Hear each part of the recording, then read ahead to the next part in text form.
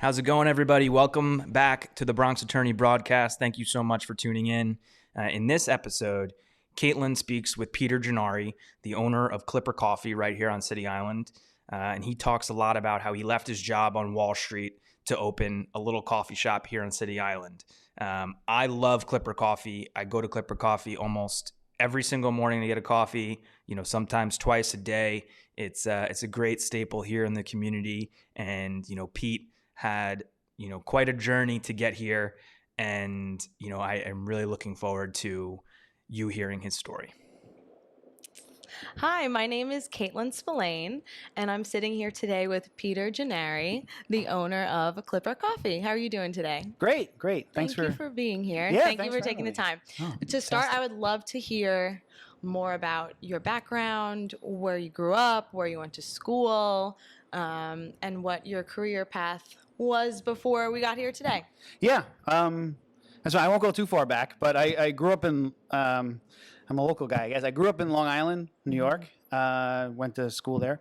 And then I ended up in college. I went to Iona College right up the street here in New Rochelle and graduated there. And then I moved to Manhattan Island.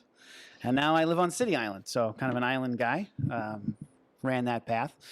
And, before I got out of Iona, I was able to get a job on Wall Street. I worked at Prudential Equity Group. Yeah. I got an assistant job there. And that was on the Institutional Equity Research Sales Desk, which is a lot. But it was a lot of fun. You had to be a jack of all trades. You learned a lot. So it was fun. And then through that, I moved up the ranks in Wall Street and became a, senior VP at different Wall Street firms selling institutional equity research products. Sounds riveting. Oh, it's very exciting. Very exciting. Yes. We have a similar path. I also did the island hopping. I went from Long Island to Manhattan Island to New Rochelle and then back to City Island. So we swapped two spots there. Yeah, we probably passed each other a few times on the street there. Yeah, I think so. How long did you work on Wall Street for? I was there 16 years. I was there. So at a few different firms. Prudential was, I was there for 7 years. I ended up at UBS and then Lazard Frères for a little while. Guggenheim Securities was another one. And then I ended up at a small healthcare boutique. Brookline was the last job when I realized I should make a change in my life. I guess I was there. Nice. Wall Street. What made you decide that it was time for a lifestyle change? Well, I think, and owning my own business, it's always there. And what's funny about Wall Street is a lot of guys, all the guys work in there, and you spend hours upon hours researching different companies, talking to managements, just being in the numbers of different companies. And really, what I did in equity research, I was a jack of all trades. I looked at companies in all different industries. And what's always in there is you have this strange little desire, like, well, I'd like to run my own company one day. Why can't I do that? So there's always this, I don't want to say jealousy, but there's this, that you see other guys doing it and you're like, wait, I'm researching this and it's nice that I'm like a critic of a movie, but I'm not making the movie. So all guys, a lot of guys on Wall Street, I should say, they all like really desire they want to run their own business at some point. So I always had that desire through the whole 16 years that I worked on Wall Street, which was to kind of break out on my own and do something on my own. Mm-hmm. What the big transition was, and I think what happened is like you just get hit in the face with so many different things, which was a couple of the firms I worked at went out of business, the ones where I was successful. So I ended up, towards the end of my career, you end up hopping around a little bit and you're like, all right, let's try to find a place, and you are restarting yourself everywhere you go. That was kind of what I did. Go into a place with no customers, no clients, and build a base from zero again. And after a while, it gets kind of tiring as you start getting older and you start looking around and you're one of the older guys in the room. But a lot of the main transition that I had was that I got sick. So I got cancer while I was there. And maybe it's like a midlife crisis type of thing that you sit there and you go, listen, if I die, do I want to be remembered as a mediocre institutional equity research salesperson? Is that what I want on my tombstone? And I said, no, I didn't. So, I had that situation going on. Also, my third child was born Joseph. He was born. He was special needs, so I wanted to be around more. I wanted to be closer to home as well, and make that. So there was all these factors that were coming up. Like, Peter, you're getting old in the business. There's a lot of younger guys who are working later hours. I'm running home to take care of kids, and they're staying in the office, which I couldn't do anymore. I got cancer, which was nothing terrible, but it's kind of like eye-opening. Yeah, wakes you up to like, whoa, life is short. You only get one shot, so you better do what you want to do in life. And then my son being born handicapped. So it's just all those factors came together, and I said, listen, I got to make a change, and if we're going to make a change, we might as well do something that I really like doing. So I ended up sitting down with, different friends, really a couple friends, and they're like, well, what do you like doing? And I go, I have no idea. What are some of the things you like? And I said, well, I like sitting at a coffee shop, looking out a window, having a coffee, watching the world go by, or reading a book, or we're just hanging out. I like that culture, that cafe culture, and that atmosphere. And my friend was like, well, can you make money with that? And I go, I have no idea if I can. And then I started researching it, and here we are today. That's amazing. So, yeah, that's really, really cool. How long would you say did it take, the time period between you deciding to make that jump to the start of opening Clipper Coffee? So it's a hard question to answer, because like when the business starts opening and it starts to you kind of bumble around a little bit trying to find your way. Yeah. So I was working at the last firm for about almost a year, I would say. And that whole time, I was just kind of killing time. I was planning out what I was going to do here. I had actually almost started a business. Believe it or not, I bought a donut machine. So I was going to go into the donut business. And I was out of work. I was in between firms. This is before the Brookline. I was out of work, and I said, well, let's start our own business, right? And I just jumped into it, and not really thinking it out, not really planning anything. Yep. I buy this donut machine from Little Orbits out in the Midwest, and I go, this is just the coolest thing. I'm going to go to New York street fairs and make these donuts. And I'm going to sell millions, and I'm going to be a millionaire. And so I buy this machine, I get all the equipment. I have no idea how it works because I did zero research on it. I did zero planning on it. And I get a call from an old colleague, an old boss, and he says, why don't you come in for an interview at a firm? And I said, okay. So I interviewed with him. And as I'm leaving, I walk through a New York street fair. I'm like, well, I better see a New York street fair again and see, what's going on, because I'm going to be here every day all summer long. Mm-hmm. And there it was, the donut machine and some guy doing the business. Oh my gosh. So I mentioned that story because it's like I didn't plan anything. Mm-hmm. I had spent probably close to 10 grand on this business that I didn't think out at all. Mm-hmm. It was just very like, oh, I'm going to do it. And of course, Yep. Without researching it, without going to a lot of New York street fairs, and seeing that this guy was already doing it. So I was like, well, that's not going to work. So I went to work at another Wall Street firm. And wow, so you left, tried out the donut business, attempted. Never made a donut for sale. And then you went back to Wall Street. And then I was like, uh-oh, I have to work because I have 3 kids. So so the donut machine sat. We tested it out once, and the donuts, and it has nothing. Little Orbits is the donuts are great, but I didn't know what I was doing, and they tasted awful.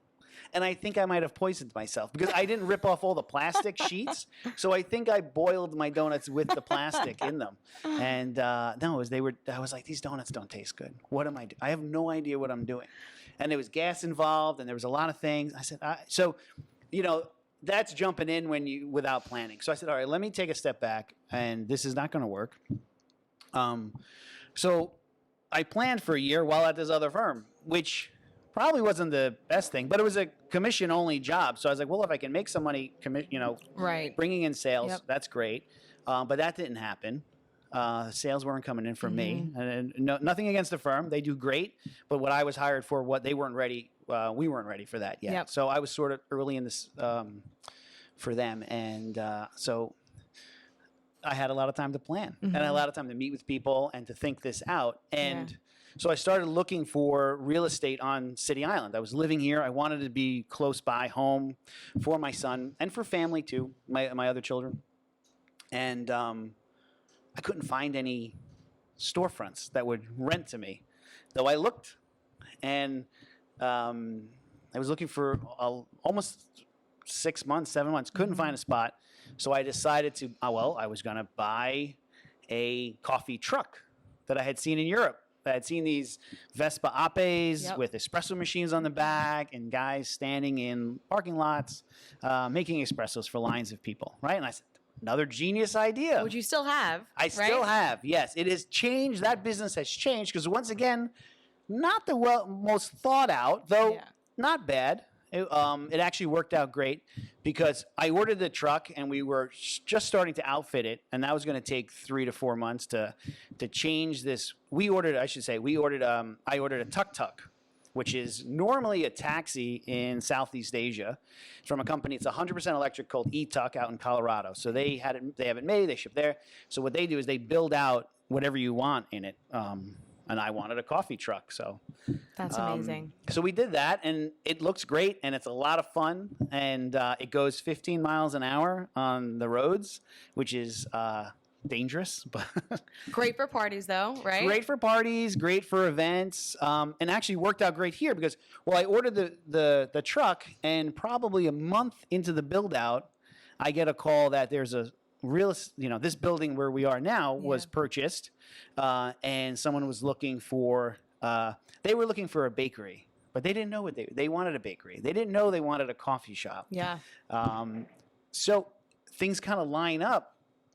I came here and I said, they said, the landlord says he wants a bakery here. And I had talked to an architect and some other people, and they said, bakeries everywhere are going out of business. That is a terrible idea to open a bakery. Wow. You're going to be multiple hundreds of thousands of dollars in a build out of a bakery, and you won't even sell a piece of bread yet. So if you want to go bankrupt, open a bakery. I said, okay, but the landlord wanted a bakery. So I said, hey, look, I have a donut machine. I still had it in a closet. And I said, I'm going to bake. I'm going to make these donuts with this machine. So it came in handy. I guess everything happens for a reason. Yeah. So I had the donut machine, and he goes, great, we're going to have a bakery. And I proceeded to build a coffee shop inside. And, every time the landlord asked, where are the ovens? I said, they're coming. Don't worry. They're coming. I said, he just didn't know he wanted that. Yeah. Yep. So, I love that. we built it up. And I will say, I think there's a Dunkin', right, all the way at the end of the island. But this is like a hot commodity. There weren't coffee shops really, right? And I think that's where there was a little more planning went into it. At least an hour more planning than the donut business went into it. There was a little bit more. I moved here, and I've lived here about 7 years. I moved here, and I wondered. Girlfriend lived here, and I said, well, where can we go to sit and hang out? I had lived in Manhattan, where there's tons of places, and every corner has a Starbucks, a Gregory's, or a ton of independent guys. And that's kind of like a great little hangout where you can go and sit, and that's what I did. That's what I enjoyed. I told my friends, that's what I enjoyed doing. So I came here, and there was nothing like that. And we're here in City Island. What I did notice about, and the research I did do, was it's a small community. It's a very, I feel, close-knit community. Everyone seems to know each other. Everyone wants to interact with each other, but they had nowhere to do that. There was a few bars and stuff, but I said, well, beyond like a few bars and restaurants and a diner, which are great, but those businesses turn tables. People can't sit, people can't work, open up a laptop and do whatever they have to do, which was something I just had gotten used to in living in Manhattan, or had populated all of Brooklyn and was growing in Queens and all these other places. I said, well, I think it would work here. Yeah. What's interesting, City Island is a historic area, so they have non-franchise rules. Except for that one group of stores. Oh my goodness. Yes, where Dunkin' Donuts is, which is fine. And I think, Dunkin' Donuts serves a purpose too. I think we have a very different model from Dunkin' business model, and I wanted to be a little different. Oh, yeah.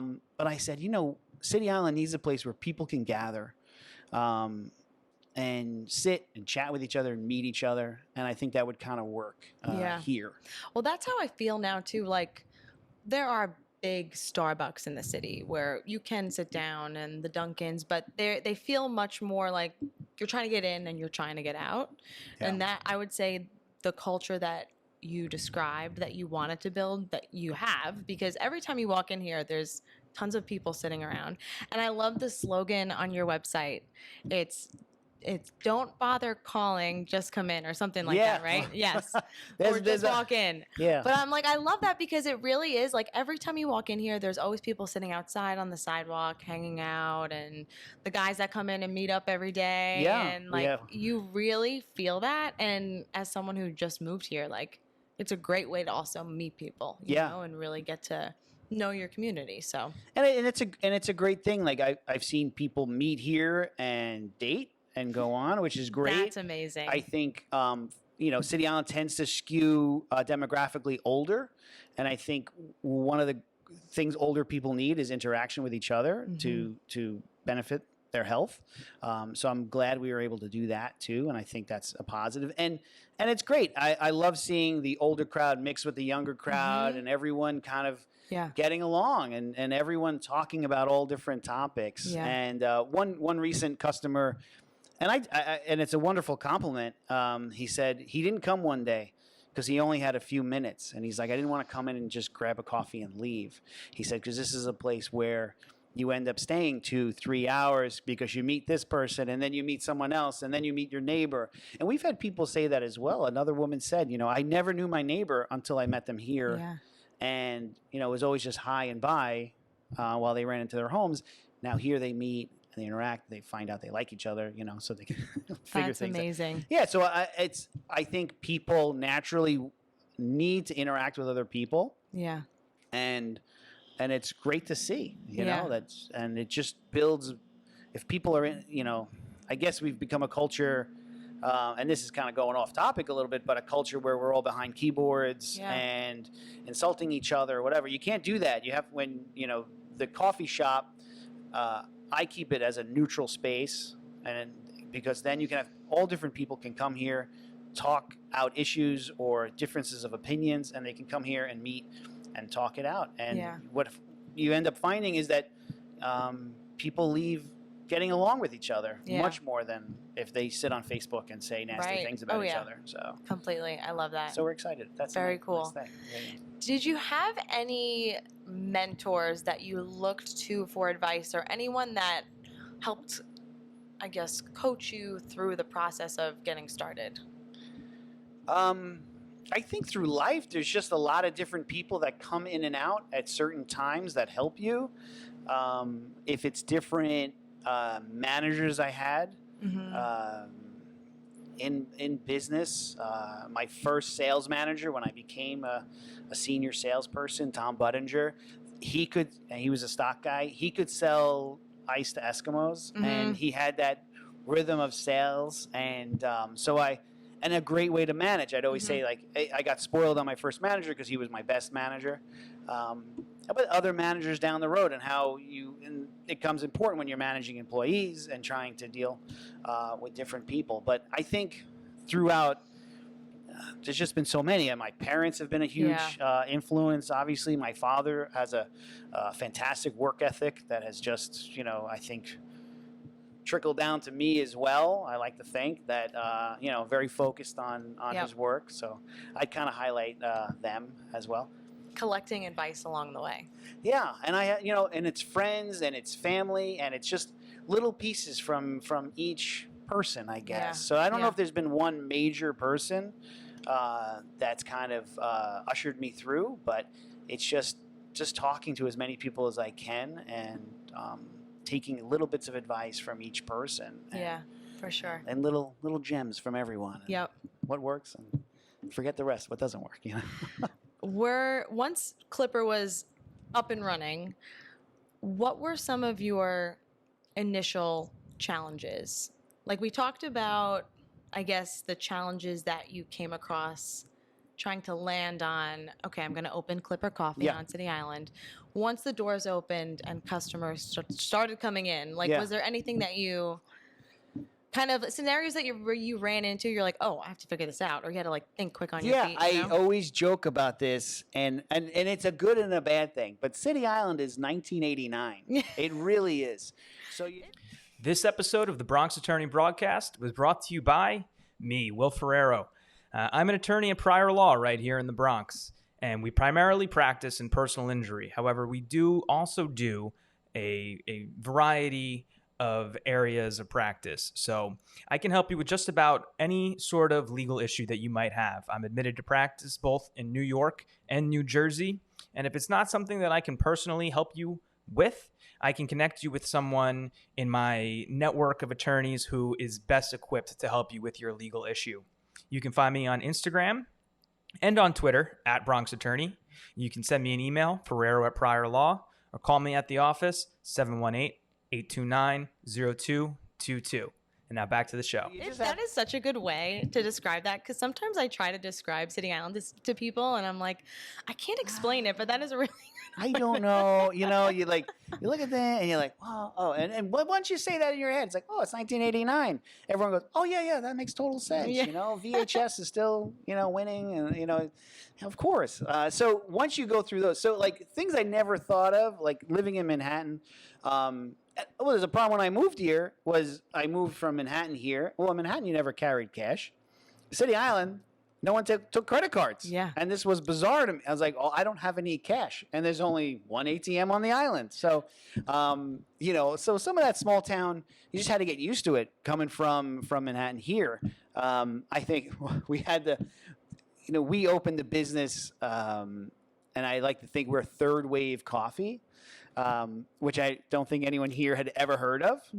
I don't even know if I know what that means. Oh, so, well, not to give you the long hit, but there's first wave coffee, which is sort of like, was like the diner coffee. It was coffee you'd get wherever, and it was back in the day. Then second wave coffee is really Starbucks, who everyone who has an independent coffee shop should thank Starbucks, because they raised the quality of coffee so much. They were able to raise the prices a little bit too, but also got people really into coffee, but also into that, the latte cappuccinos, which you never ordered, and I think having them here, I had a lot of people ask me, what is a latte? That's amazing. What are these? What is a macchiato?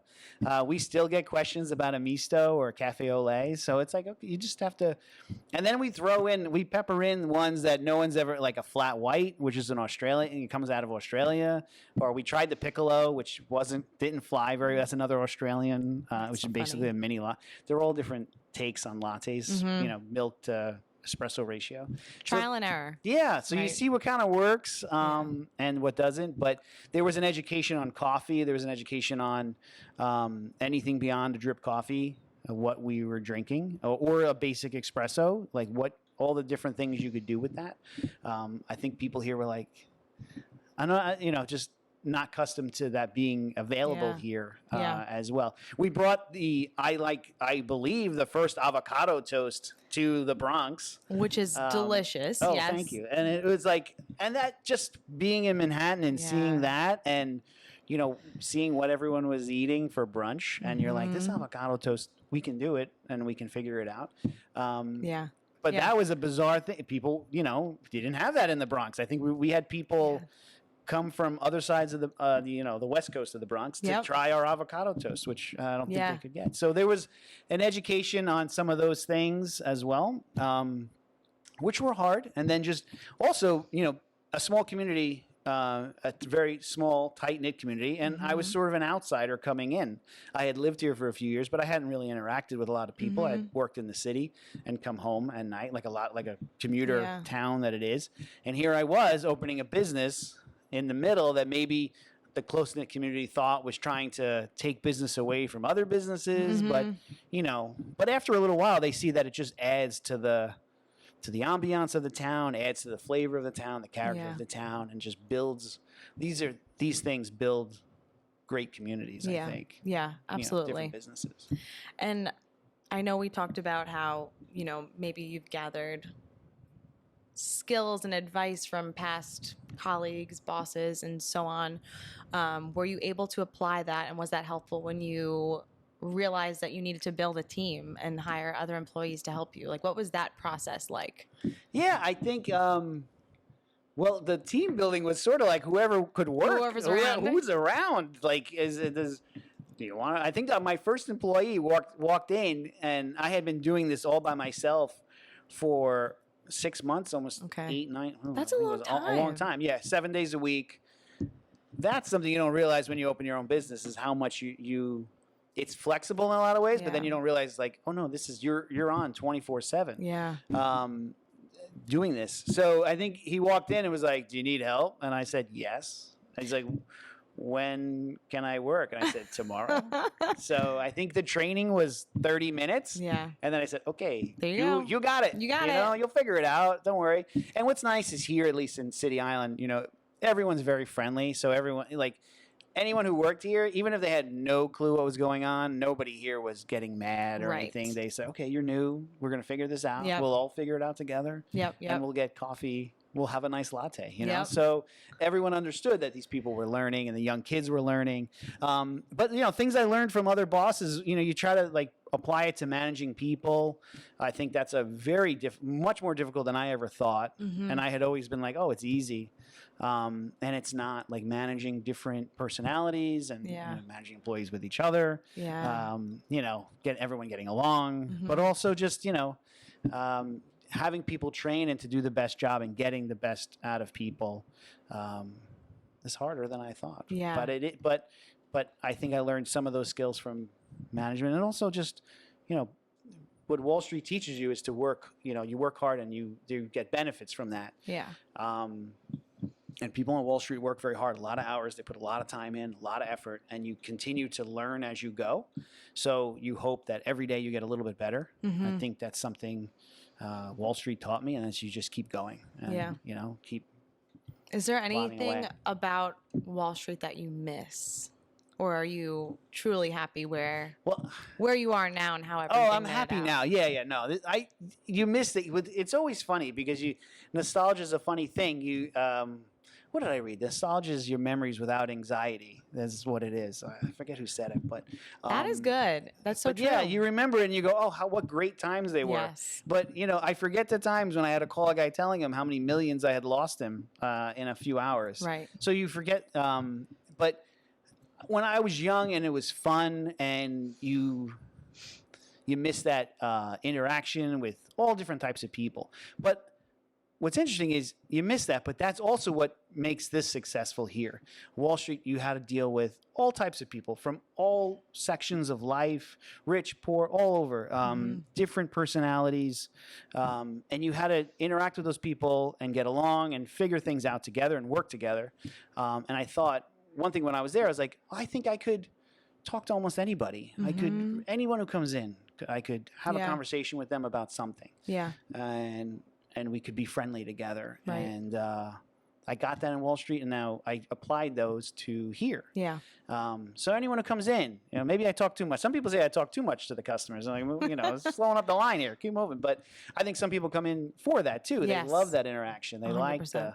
the, come here and it's a friendly place. We're like the Cheers of coffee, I guess. Everyone knows your name. So Yes. That's amazing. We try. So.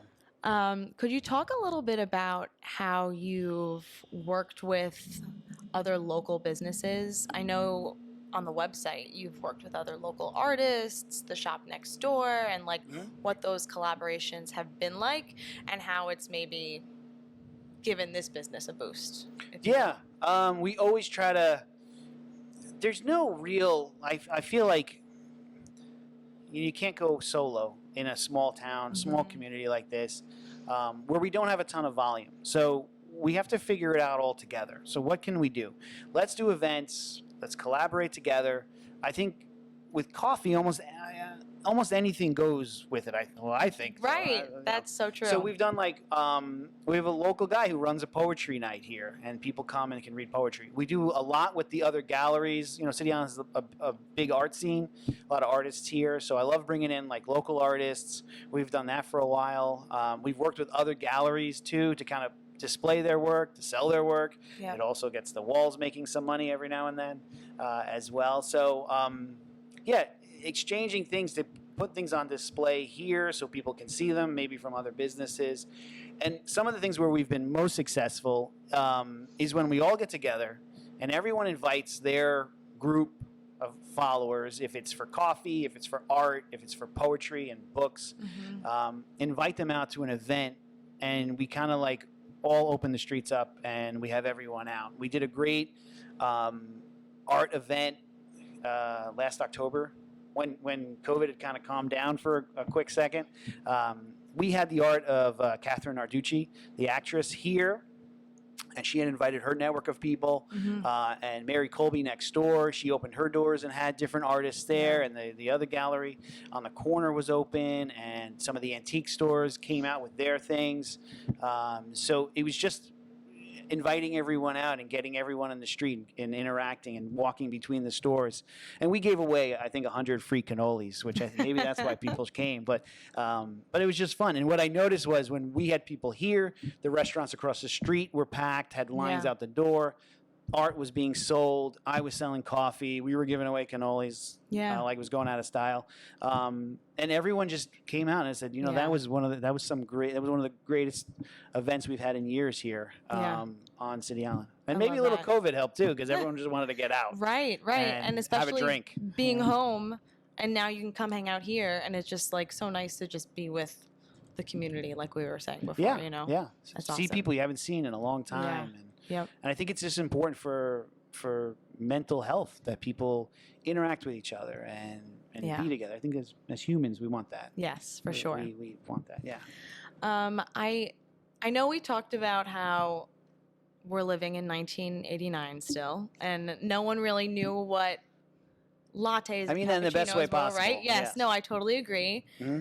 And your menu, though, like, I lived in Manhattan, too, and every time I come in here, now I see this coffee roaster, and you always have new offerings. Like, you're always keeping things fresh. And every time I come in, I'm like trying new foods and new baked goods and all that. Like, I guess what kind of factors go into that decision making? Because even coming from Manhattan, like some of these things I've never even seen or tried before. I'm like, it's amazing that it's here, Yeah, I've always I get bored, and I have to eat. I feel like I'm standing here looking at the same croissants. We have to mix the croissants up a little bit.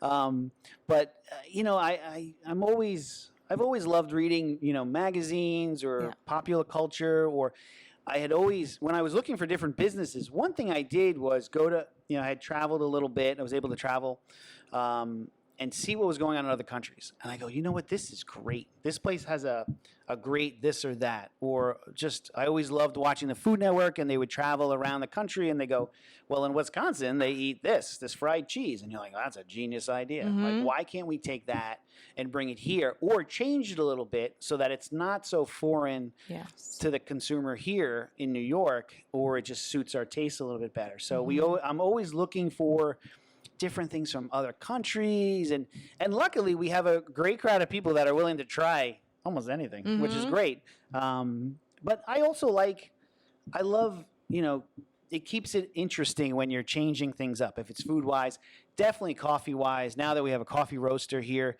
and I've always liked trying different beans. And when I was working in an office, you had coffee and coffee was coffee, right? Now that I'm on this side of the aisle in the business, I'm starting to notice the different beans with different tastes, and how you can change the taste. You can blend the beans, or just, we have a bean that we just got in. We are actually, and we can go into this more, I think in the Bronx, we're the only ones that are farm to cup. So we have partners who we partner with on the roasting side, who own farms in Colombia. So they go down, our partner goes down and buys, he gets the beans from his farm and buys from the farms around him and brings it straight here to Clipper Coffee. And that's, so we're getting an outrageously fresh cup of coffee. We're also getting beans that you really can't find in a lot of other places. And that's just bringing out all different types of flavors. And I love it. One of the fun things we do is we have all the different coffee equipment in the back here. And there's a ton of different ways to make coffee. So we'll grab a bean or whatever. We'll grab different beans, and we'll try a French press, or we'll try this. And we'll have a whole bunch of people standing around, and like sipping different coffees. And some That's of these guys, amazing. it's fun that Yeah. they've never tasted a certain bean from a certain region. We just we roasted this one dark, the Huila bean. I'm probably saying it wrong. It's a Colombian bean, but it came out with such a flavor. And I'm not gonna lie, when I first roasted it, it stunk up the whole coffee shop. And I go, I don't like the smell. It smelled terrible. And one of the girls who works for me was like, this smells awful. And then one of the guys who works here was like, this smells fantastic. Oh my So it's all, gosh. different. And he said, and then I go, what do you think it smells like? And he goes, it smells like a bourbon or a whiskey. And it has those notes in it. And I was like, well, this was just, I had never tasted something like that. And the way we roasted it dark like that, it just brought out all of those. And now it's like, so you had that bourbon whiskey flavor in the beginning. And as the time went on, I feel it changed more to like a baker's chocolate or like a bittersweet chocolate. Yep. As it aged over time. And that's also fascinating that you see coffee taste change as we have the beans age a little bit. So it's just all fun. Like, and you got to mix it up. I always liked, and that's the same thing from Wall Street. Maybe that's from my Wall Street days where I really researched companies in all industries. So you're a jack of all trades, a master of none.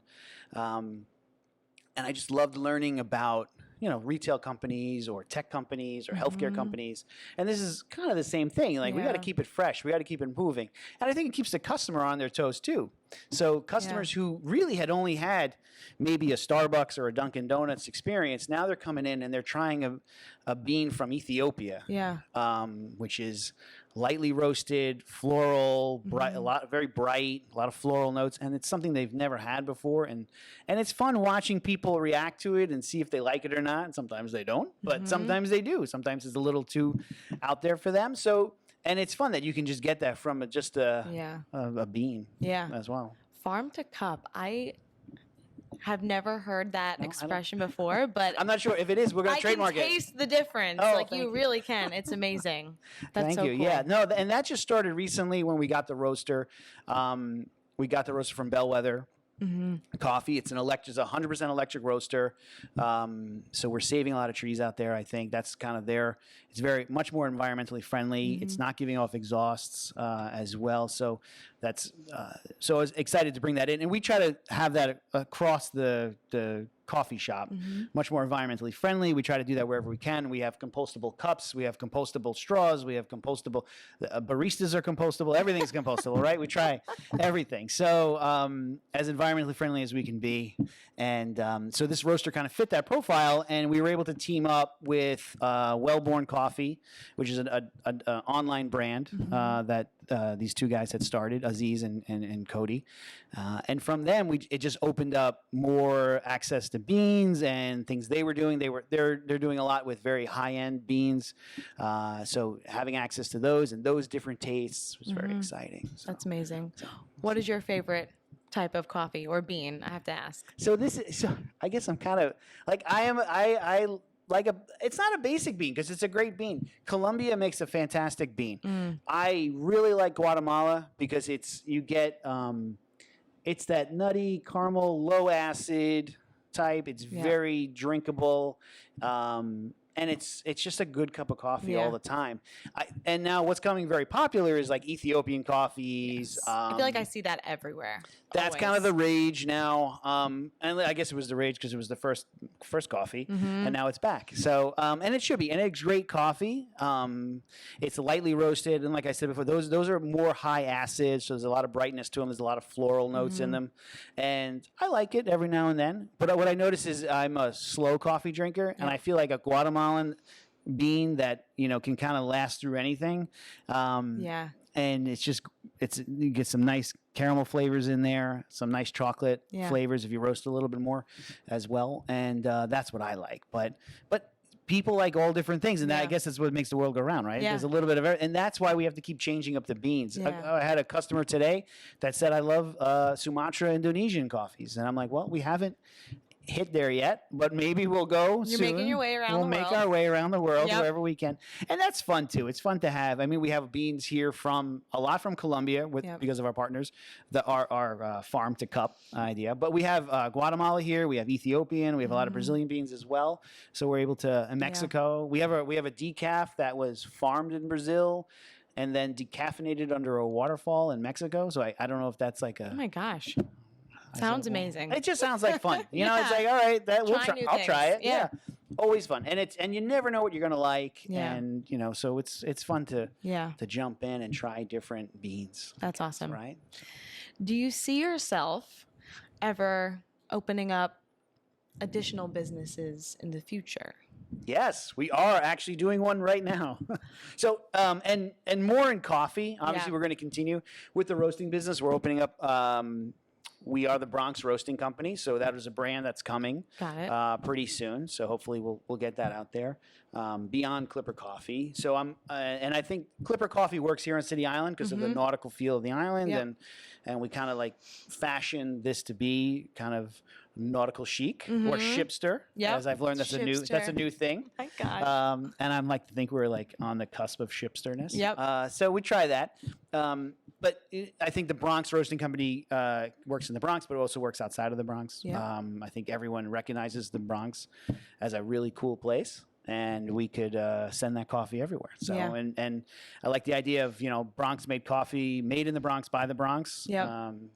Which can be exciting. So we're going to continue to expand our coffee business, but right now we're also getting in because the opportunity opened where a store here on City Island opened up. So we are opening a movie theater. Wow. So Cinema on the Sound opens in a few weeks. That's Very amazing. exciting, just a few doors down.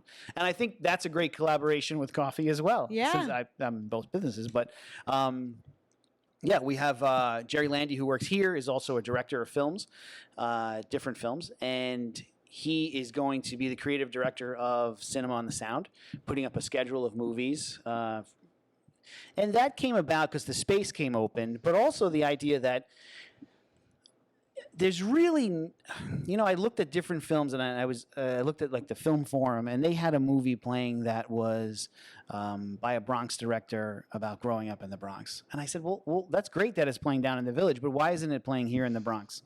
Why can't we bring some of those movies here? Yeah. And there wasn't, to my knowledge, any place to play those movies. So I'm hoping to open, you know, that we can have a lot of Bronx-based artists and filmmakers showcase their movies here on topics of New York City, but the Bronx, and expand beyond there as well. And a lot of independent films we can bring in, and show a lot of older films too. So that are out there that people are still interested in, and this is just another way to get people out, get people interacting, have fun together, and just get people back together again after everything. That's so exciting. Yeah. Amazing. Thank you. Okay, my last question is, do you have advice for those who may be looking to branch out and make a lifestyle change and start their own business? And what advice would you give yourself however many years ago when you decided you wanted to make a change but weren't sure how to take that first step? Oh, that's hard. Well, no, definitely. Like, if people are, like I said before, you only get, what I realized quickly is you get one shot at all of this life. So you got to do something you enjoy. If you're unhappy at work, figure it out and do something that you're going to love going to. Is that they say if you love your job, it's never really work, right? And I love this, and it's fun, and I love getting up. It's hard. There's no doubt about that. But I love coming here every day, and I wouldn't want to be anywhere else as well. And when I'm away from here, there's something missing. I want to be back. I always want to be here, you know? I don't want to be sleeping at home. I want to be here making coffee. So I think that. And it's so definitely go for what you love. But research it first. Be realistic about what your goals are, but really plan it out. And have that plan, because it is hard. And you're going to fail a lot, and you're going to get bumped around a lot. But stick to your vision. If you've done the work and thought about it, there's going to be a lot of people that are going to tell you, and people here said, I don't give you 3 months. And we've been here almost 5 years now. So we had a lot of naysayers going on, and you're going to have that because there's I think a natural jealousy of people if you're doing what you love and you're passionate about it. Yeah. But that can come through, and you just have to kind of stick to your gun. No, guns. Yeah. That's terrible. Yeah. But stick to your roots and where you're going, and go for it. Yep. And you just have to go for it at some point. Yeah. But plan it out. Be smart ahead, about it. but go for it. Yeah, and be realistic. But yeah, you just have to do something you're gonna love in life. Like, don't be sad. Like, this is about being happy. Just be happy, and interact again more from interacting with people, and that just warms your heart to be a part of someone's life and to interact with them on a regular basis and help them in some way, or they help you, and just being humans together, I guess. Yeah. And that's just fun. I don't know. Yeah. It's just great stuff. It is fun. Yeah. Better than sitting behind a desk. Yes. I guess. Well, thank you so much for taking the time to speak with me. Oh, thanks for I really having me. enjoyed the conversation. It was fun. I Thank will you. never drink anything else aside from farm to cup Farm to coffee cup. again. Yes, we have to trademark that. Yes. Thank you very much. Thank you, Peter. Appreciate it. Thanks. Thank you for listening to this episode of the Bronx Attorney Broadcast. Please like, review, and subscribe so we can help the channel continue to grow. And if you're interested in connecting with any of the guests, please let me know, and I'd be happy to make the introduction.